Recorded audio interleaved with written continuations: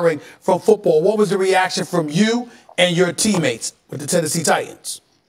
Oh, yeah, we definitely, we all wish him the best. This game comes with a lot, on your body and mentally. And, sometimes people just hit that point where they just need a break and get away from the game and, spend time with their family and, get themselves back right. We wish him the best of luck, best of luck. And, he's a great player. Let me get to you. You had a great year the last quarter of the season. Rushed for over 200 yards against Jacksonville. Rushed for 100 and change the next game as well. Last 4 games, everybody was talking about you. You ended up rushing for over 1,000 yards last year. How are you feeling about what you're going to pull off this upcoming season? They really focus on, getting better, each and every day. Build off the positives, from last year and just improve the negatives, like I always say. So, just competing every day, getting better, and get ready to get this thing rolling. Talk to me about what you're feeling about your offense, because obviously we're looking at Marcus Mariota. He's in the last year, that 5th year, of his contract. We know what this means to him. It's a contract year, and everybody's talking about he's under the spotlight. Now, you and I have been on the air together when we were in Nashville. You came to the defense of your boy now. You came to the defense, but you got Ryan Tannehill there now. How's the quarterback situation looking, and how confident is the offense feeling with the personnel y'all have in place? Oh, no, we're very confident in our quarterback, Marcus. Tannehill, he's a great quarterback as well. They both do great jobs when they're in there on the field. So, we're confident in Marcus, confident in Tanny. They're both great competitors. We're just out here trying to get better, while in training camp this last week, and finish this preseason all right.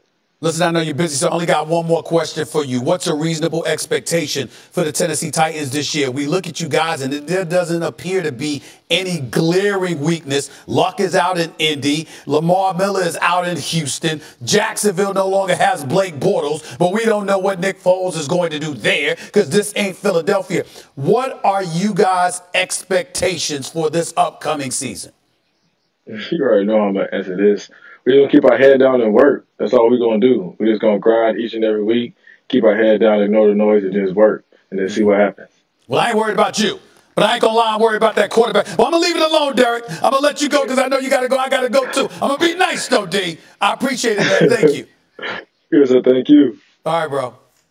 All right. All right, that was Derrick Henry yesterday with Stephen A. Appreciate that. Let's take a look at some notable storylines in the AFC South, shall we? After reaching the AFC Championship in 2017, the Jags took a huge step back in 2018, but Blake Bortles is out. Super Bowl MVP Nick Foles is in. The Titans came up 1 game short of a postseason berth in 2018. Marcus Mariota enters year 5 with high expectations. As you just heard in Nashville, the story of the offseason and maybe the last several years is the retirement of Andrew Luck. Jacoby Brissett takes over, trying to make it to back-to-back postseason appearances for Naptown.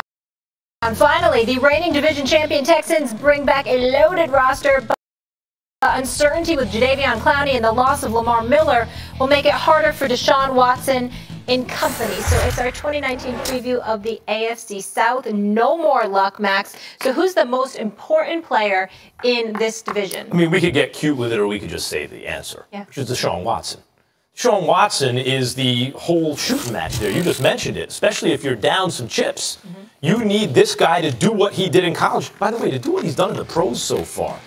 To be, like, and this season it may be time to say, is Deshaun Watson an elite quarterback? Like, when does he actually become get into the MVP conversation? He wins a lot of games, a lot of different ways. And especially with Luck's retirement, maybe even had Luck been playing, he's the most important player in the division.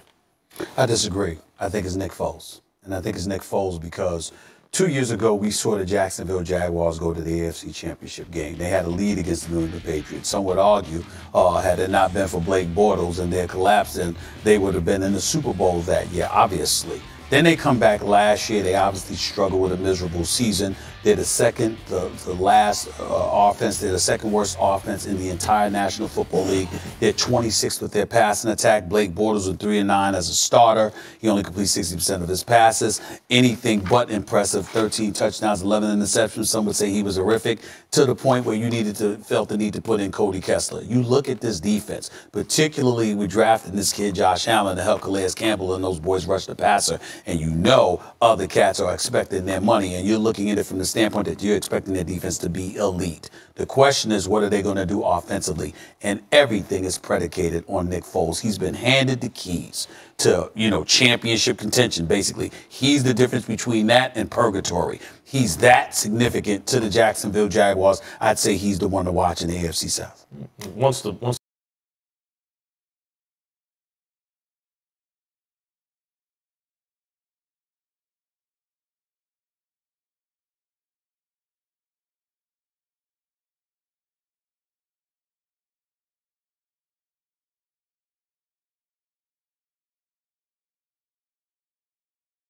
Tweeted the tweet telling Big Ben they were never friends and to shut up already. Obviously, AB is now a Raider. Stephen A., how do you think his current teammates should view him? Because he's been in the news a lot for things other than football. I think they should view him with caution.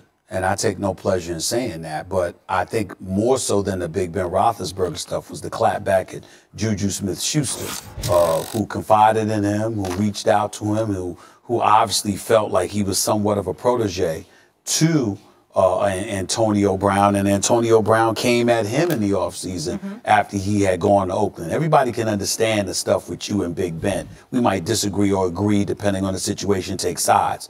But there's no defending what he did to Juju Smith-Schuster because he was a kid. And he wasn't showing you any disrespect whatsoever. And you even came back at him. So it just shows how much of a loose cannon you are in that particular kind of situation. And I think that if you are a teammate of his, you know what, you got to have love for him because he could really, really ball. And if you talk to Antonio Brown, for the most part, he seems like an incredibly nice guy. But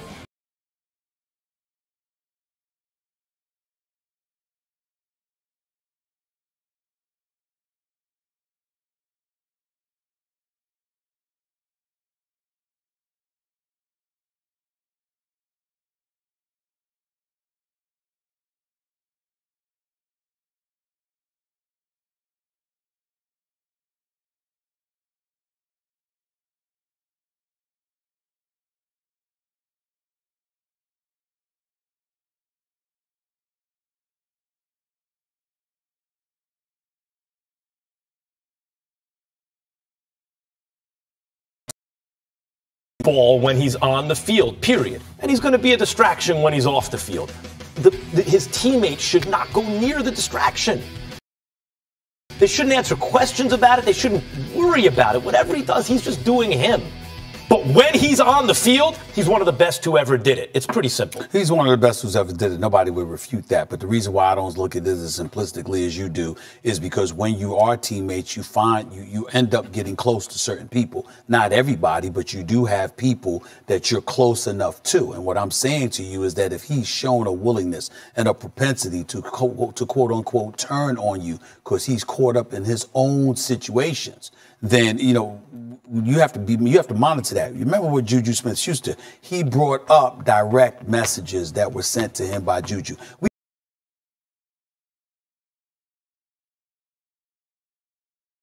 We were not aware of their communication. Antonio, and that when it comes, and all I'm saying to you is that's all I'm saying. If you're a player, like you gotta monitor that. You might be scared to fully let him in. But hold on, let's say he throws something. And you don't have to let him in. You don't have to let him in. I'll you don't be have to do that to teammate that he just threw under the bus. Ask me a question. This is not that hard. Ask me a question. I'm a teammate he just threw under the bus. I get how you answer it, but I'm saying I get where current teammates might be like a little concerned. Like I'm somebody that doesn't naturally trust people. You have to earn my trust. And if you kind of bad-mouthing guys you apparently had love for, it'll make me a little nervous. No matter what he says, if anyone asks, even if it's about a current teammate, if anyone asks them, Antonio's entitled to his opinion. He's great. That's it. Just leave it alone. You don't have to be the media. Listen, I'm not trying to pretend it's a big deal. Please don't get me wrong. I'm not trying to pretend it's a big deal. All I'm trying to say is that if somebody has a history of divulging private conversation and private information, that's somebody you're going to be leery of. You might keep him at arm's distance. That's all I mean. But that's all.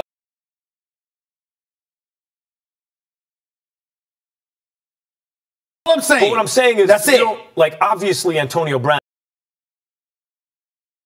To make sure they feel the exact same way. Sure. We don't need to be that way in order to ball together. No, we can ball together and then go our separate ways after the work is done.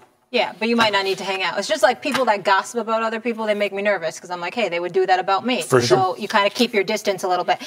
Earlier, we had a good debate. Our poll question was, is Cam Newton overrated or underrated? This is surprising.